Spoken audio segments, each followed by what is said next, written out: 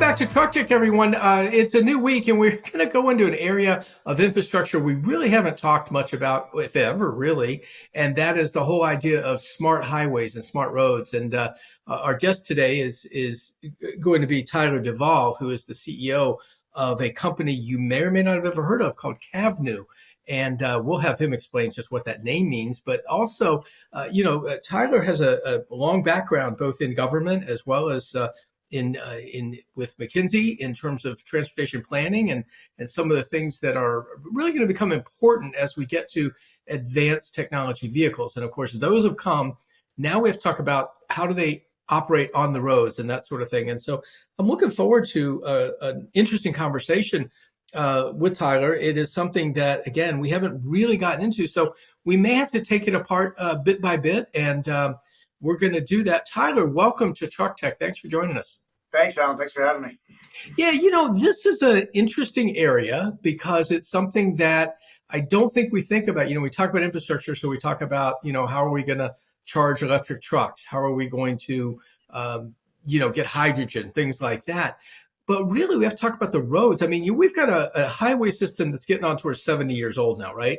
And maybe this is the first time that there's been anything significant. I mean, of course, we repair it a lot and we rebuild bridges and things like that. But this may be the first sort of technology approach to it. You want to tell us a little about Cavnue?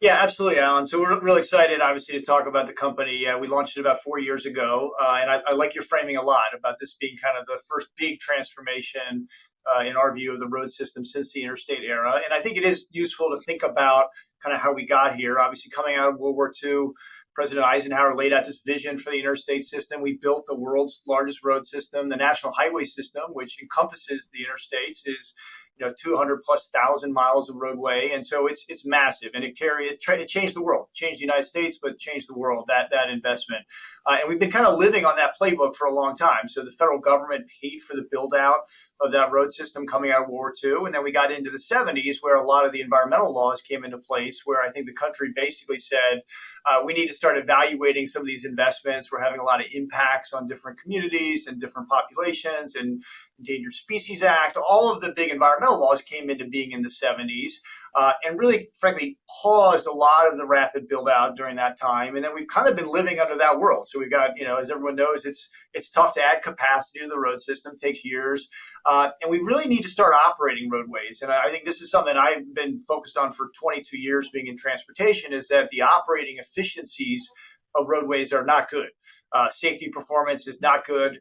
We have not seen a translation of technology in vehicles to seeing dramatic declines in fatalities. That just hasn't happened. We haven't seen huge operational improvements to reduce congestion, and we have an increasingly unreliable road system. So just on those three big metrics alone, we're not doing a great job.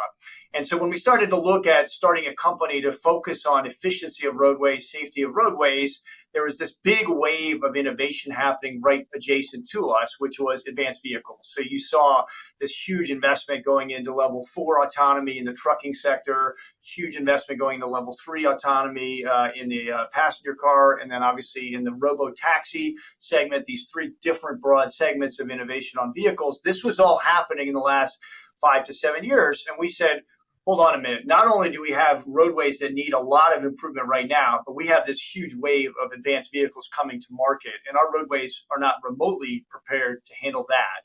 So when we think about the future proofing of roadways, we say, why don't we get out there? Why don't we design the roadway of the future along with government and really, generate a new kind of partnership model?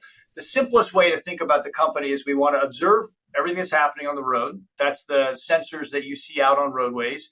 But the software is the sweet spot. The software is the unlock to the innovation around what are the insights. So great that we see it, but what does it mean? Like, what are we actually seeing? And how do we translate what we're seeing into actionable, reactions by government or vehicles, including heavy trucks, giving them the information that they can use. We call it a super sensor beyond what their own vehicles can see. So we designed this software platform, hired some of the world leading engineers, hardware and software, and started to really look at where to do it. In Michigan, was our first project. So I'll talk more about that. But that's the basic context. We don't want to be a vendor to government where we just say, hey, buy our software. We want to be a partner with government to go actually transform that performance. And the way we want to be held accountable is, did the road improve? Did the performance improve? Well, you have a background in government and transportation, is that right? Yourself? Correct. It's been 7 years in the federal government at USDOT. So. Okay. So things like, working with the bureaucracy, which it always is, right? I mean, no matter what part of it you're talking about, is part of that. And I realize that, this is something, especially in the area you're working, I think Ann Arbor, West Detroit there is an area that you're focused on right now. It's funny though, and this is just an aside, but we've talked recently on the show and in the newsletter on Fridays a good bit about sort of charging in the ground. Basically, it's something that it's not big, and it's something that maybe only has certain use cases. Are you physically looking at dealing with the highways, or are you really equipping it with sensors? I mean, how do we best understand? Yeah, great question. Our view is this problem of performance is an integrated problem. So, it's not simply a bad information problem, although that's front and center. So the sensors and the software provide this incredibly advanced data feed that's going to get smarter and smarter the more observations it makes. So one day it's going to pick up debris on the roadway. In a few months, the models will train themselves. It'll pick up the exact nature of that debris.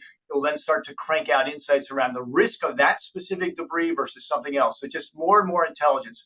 But our view is that's not enough. We think we've also got to fix the civil infrastructure. So to your point, pavement, lighting, guardrails, all of the things that effectively cause current vehicles today to have challenges on roadways, the striping. Lane striping is a huge problem for advanced vehicles. All of that stuff, we think we got to come to the table with government and solve. So we view it as an integrated problem, and we're going to bring an integrated solution. Okay, I know that most of the work has been done. You mentioned to me, off camera, that your partners are Ford Motor Company, and from a trucking side, you'll have to. I'm going to blank out on it. Landstar. Yeah, Landstar. And so you've got some partners there, and of course, us being FreightWaves, we're most interested in the truck side. You're doing some things in Texas. If you could kind of skip ahead for me and kind of talk a little bit about what you're doing in Texas, especially as we're starting to see the commercialization this year. Kodiak's already done it. Aurora is going to do it, which are commercial driverless trucks. That is hauling loads with nobody, not a safety driver now. Now we're talking about just the robot. Right. Let's talk a little bit about that, could we? Yeah, absolutely. So look, as you said, there's a huge wave of passenger cars and a huge wave of trucking innovation. Texas is the home of that innovation on the trucking side. And so when we started to think about our own business, we had this exciting project in Michigan that you referenced. We said, we got to go to Texas, though. Trucking, we think, particularly on long haul routes, is the next wave of innovation of advanced vehicles. That would include driver out, but also increasingly level 3 capabilities in trucks and level 2 capabilities. So there's a lot of technology that's going into the trucking sector today on the vehicle side for safer drivers as well as robot drivers. And we said, let's go to Texas. So we competed and won a major project in Central Texas along the SH-130 corridor. It's basically the I-35 corridor between Dallas and San Antonio, but this specifically is in the Austin area. Obviously part of the Texas Triangle that everyone talks about. And we said, let's go work on deployments of technology. Again, not just for level 4, the Kodiak and Aurora are doing, but also for all trucking companies that are trying to upgrade their technology and safety. So the idea in Texas is to deploy, hopefully by Q1 of 2025, we'll have a deployment out there on the roadway that will providing this super sensing information to traditional trucks, by the way, initially. So the Landstars, the JB Hunts, the Werners of the world will be able to tap into this information. But as importantly, TxDOT, the Texas Department of Transportation, will be able to take this information off the roadway to improve their own operations. So, think about a stalled vehicle that they're taking, it takes maybe 10 minutes to respond to. Hopefully we can get that information in seconds, not minutes, right? If there's a truck tire in the lane, we can get that information out much faster. And I think our general view is safety, and TxDOT's number one priority is safety, and trucking is their biggest part of that priority, is we can demonstrate a safer roadway platform in Texas. Okay, so and I don't want to over-index, I guess, on the idea of autonomous trucks, but one of the things that they're equipped for, and this is presumably what you'll do at the software level, is sensors. They're sensing what's in the road. They're doing some of those things. You mentioned debris a few minutes ago, and they're watching out for whatever that debris is, identifying it, and then obviously avoiding it. Your sensors sound like they're going to do some of the same thing, but maybe for less advanced trucks. And how would this information, though, because when you think about TMS systems and the things that are in trucks now, and there's lots of software companies, I'm thinking of Platform Science and others that are bringing on apps, if you will, and Right. So do you become sort of an app then that they would see that tire in the road? Absolutely. So basically, the way we think about it, we call it cloud to cloud, and we'll provide effectively our information, what we're seeing on the roadway. Our platform can communicate directly to the cloud platforms of, both advanced level 4 trucking companies as well as, level 2 and level 3. So as you noted, all the big traditional trucking companies are investing in driver apps, driver platforms to improve safety for their own fleets. And we want to just supply information. We're agnostic. I mean, to your point about L4, yes, they're investing heavily in sensors on their own vehicles, but those sensors can only see what, call it 300, 350, 250, 400 meters ahead. Obviously, the capabilities are going to get better and better. We're beyond the horizon, right? So we're around the corner, we're over the hill, we're 500 meters ahead, a half mile ahead. And I think that information, in our view, is always going to help improve performance. Those companies are fantastic, by the way, and we work with them. We love those guys. The reality is, they have to invest in their own safety case today. Like they cannot be dependent on third-party sensors, but we certainly believe we can optimize the performance of those vehicles, and would love to partner with them to test that out. Let's talk for just a moment. Every year the American Transportation Research Institute does a bottleneck study, right? The Spaghetti Junction in Atlanta and others like that. Now you're going to take some of this on too, and presumably, again, on the trucking side, it's very hard with hours of safety regulation, hours of operation and things like that for a traditional truck to avoid some of these bottlenecks. Does this Cavnue technology also address that? Absolutely. So again, once you have full visibility of what's happening on the roadway, we can change the world from a reactive world to a predictive world. We can see ahead. And I think, aviation is the analogy that we've used. I mean, you think about all the risks in the aviation system, and both planes and weather and en route communications, terminal, communications around where airplanes are entering into terminal airspace. There's a lot of complexity there. FAA and the sensors on the planes work together very closely to figure out what to do. I think similar to what you just said, there are so many risks, so many problems around these systems, and we love the freight focus for us is perfect because it's the point of the spear of commercial activity, and the need for better information is really high. I mean, you cannot get as a truck stuck for 9 hours in a backup on I-95. Like that's a bad thing for the supply chain, bad for the driver. You need that information ahead of time. And so our view is once we can see these things, we don't just have to wait for somebody to report it in. By the way, a lot of times inaccurately. So the other thing we see a lot of is you'll get a driver report that says, hey, you got a stalled vehicle at mile marker 58. Turns out it was mile marker 54. So you've got response vehicles running around looking for things. I think that's the point, is seeing and providing insights can unlock all kinds of efficiency that we don't even know today.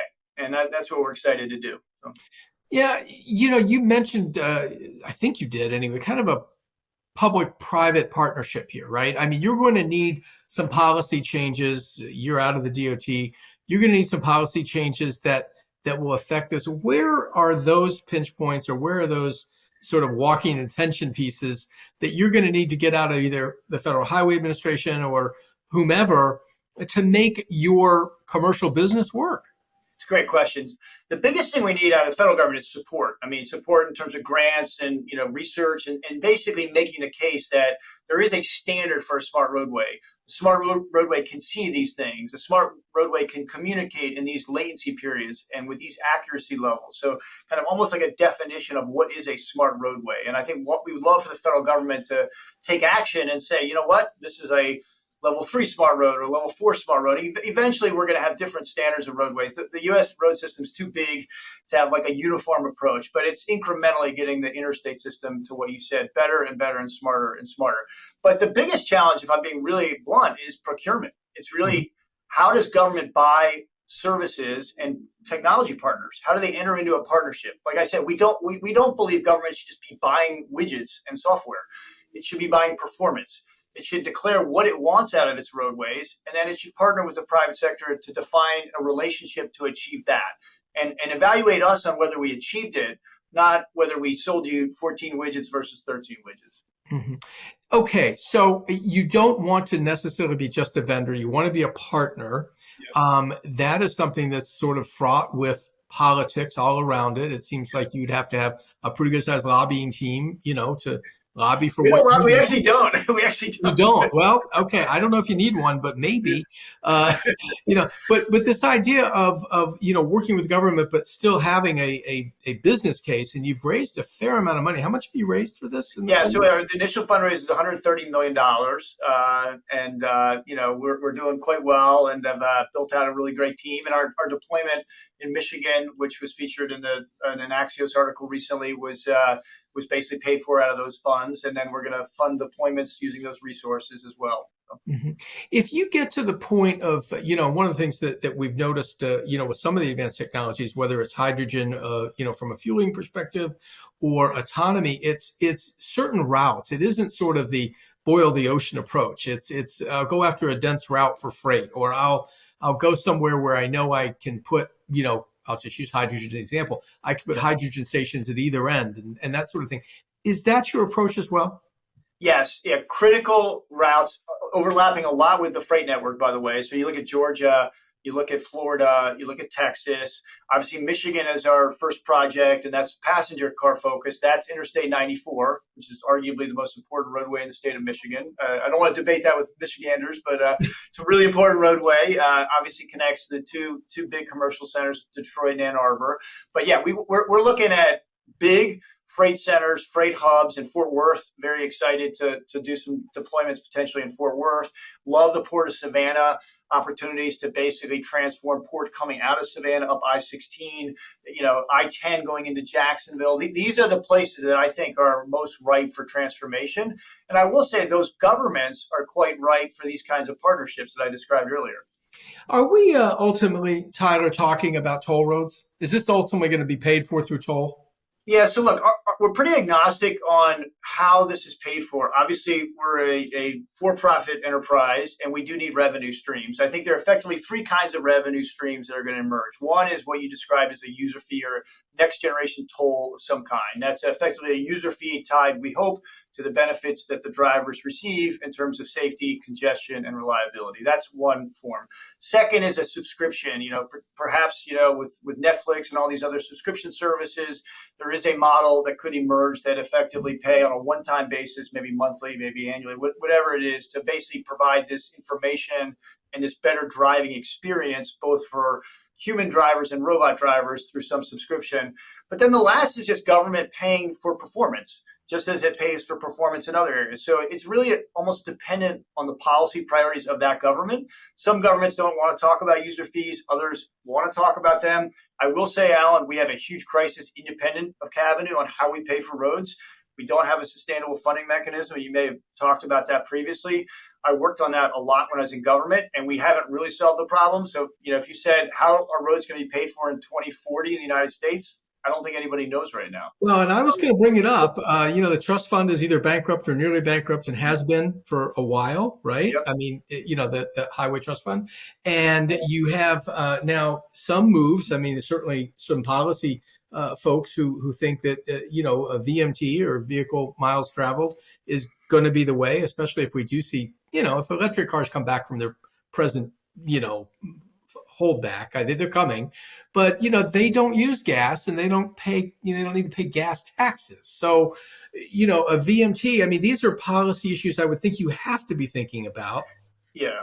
Look, I think we have got to graduate to a performance-based fee mechanism. The problem with the gas tax, in addition to its waning power, given the electrification issues that you just described, it's never been a tax tied to the cost of usage, right? So, and I know this is a sensitive topic in the trucking industry, by the way, and I get it. And frankly, there are concerns about states just putting tolls up to try to trap interstate trucks and do things like that. I think we do need some policy principles that if you're going to pay for roadways, you need to get benefit out of that, like a traditional user fee. It's not, we don't want to have tolls just convert into a general tax, but that's above my pay grade now. I used to run policy at the federal level, but all you'll do is get Chris Spear and the ATA coming after you if you go right to a truck toll. No, right? no. Look, I think the trucking industry is critical. I mean, the trucking industry has got to, really bring its voice. They do already, but they could really help, I think, articulate what the future payment mechanisms should be. Our view is let's provide a service that improves everybody's safety and, reliability. And the reason why we love trucking is because they are increasingly frustrated, in my view, around exactly these bottlenecks. I mean, it's getting worse. I mean, we saw COVID being this shock to the system, but if you go out today, I mean, I live on the East Coast. I mean, it is getting as bad as it has ever been, right, on the road system today. So Right. So you've talked about sort of, I'll use the term pay for performance. Is that the business model then for Cavnue? As I want to get you out of here on that, I think. Performance contracts. So imagine a 20 or 30-year partnership or a 50-year partnership. Again, it could be a user fee. The user fee, in our view, should be structured as a pay for benefit, meaning users should get benefits tied to what they're paying. But if government wants to pay, it's, did Cavnue hit its key performance indicators? Did it communicate, that there was an incident at this point in time at this location correctly and accurately for us, government, to be able to go do something about it? Did Cavnue itself operate the roadway, if we're the operator in that context, correctly? And do we get paid? In the public-private partnership world, that's called an availability payment. I mean, and these are everywhere in the world under traditional roadways. Again, our view is get the innovation out there and work with government to define this partnership model. Sure. Well, Tyler, this has been fascinating because it is, again, something we haven't talked about, and I really appreciate you giving us some time with this. So again, thanks for being part of Truck Tech. Folks, we're going to wrap up today with just a couple of things we talk about right now. The Future of Freight Festival, of course, is coming in November in Chattanooga. If you check Friday's Truck Tech newsletter, you'll see a discount code that'll save you some coin on that. It's been a pretty popular event. And also, if you either want to self-nominate or nominate some others for the Freight Tech Top 25, that opportunity is available now on FreightWaves.com as well. We thank you for being here, and we'll see you next time.